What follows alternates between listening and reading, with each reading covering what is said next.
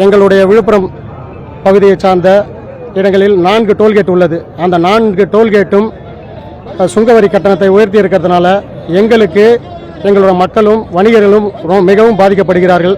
அதை கண்டித்து மாபெரும் ஆர்ப்பாட்டத்தை நாங்கள் இன்றைக்கி கையில் எடுத்து வெற்றிகரமாக நடத்திக்கிட்டு இருக்கிறோம். இது எங்கள் தலைவர் தளபதிக்கிட்டையும் எங்கள் பொதுச்செயலாளர்கிட்டையும் நாங்கள் பர்மிஷன் கேட்டு அவர் யாருக்கு மக்களுக்கு எந்த ஒரு நேரத்திலையும் எந்த பிரச்சனைகளாக இருந்தாலும் நீங்கள் முன்னாடி போய் நில்லுங்கன்னு இருக்காங்க.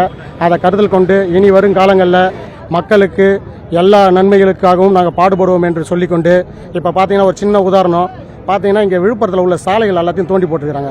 இன்றைக்கி பார்க்கும்போது ஒரு வயசானம்மா அந்த பள்ளத்தில் ஊந்து நாங்கள் தூக்கி விட்டு அனுப்புகிறோம். அதேமாதிரி ஒரு சின்ன பசங்க வந்து சைக்கிள் ஓட்டிட்டு வருது, அந்த பள்ளத்தில் ஊந்து அந்த சைக்கிள் எடுக்க முடியல.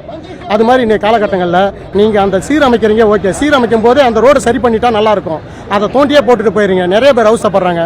இதெல்லாம் கொஞ்சம் கண்டிக்கணும். இங்கே இருக்கிற ஆட்சியாளர்கள் அதை வந்து கவனத்துக்கு எடுத்துகிட்டு போகணுன்றது தான் எங்களோட கோரிக்கை. கண்டிப்பாக ஒன்றிய அரசும் மாநில அரசும் ஒன்று சேர்ந்து மக்களுக்கு நல்லது மட்டும் பண்ணுங்கன்னு கேட்டு எங்கள் தலைவர் தளபதி அவர்களின் வழியில் என்றும் பயணிப்போம் என்று அனைத்து ஊடக நண்பர்களுக்கும் காவல்துறை நண்பர்களுக்கும் மற்றும் எங்கள் கழகத்தின் தோழர்கள் அனைவருக்கும் நன்றி கூறி விடைபெறுகிறோம். நன்றி. டோல்கேட்டு கட்டணத்தை குறைக்கவில்லை என்றால் அடுத்த கட்டம் வந்து டோல்கேட்டு முற்றுகை போராட்டம் கண்டிப்பாக தொடரும். பிளே ஸ்டோர் மற்றும் ஆப் ஸ்டோரில் இருந்து பாலிமர் செயலியை QR கோடு மூலம் பதிவிறக்கம் செய்யுங்கள். செய்திகளை உடனுக்குடன் பெறுங்கள்.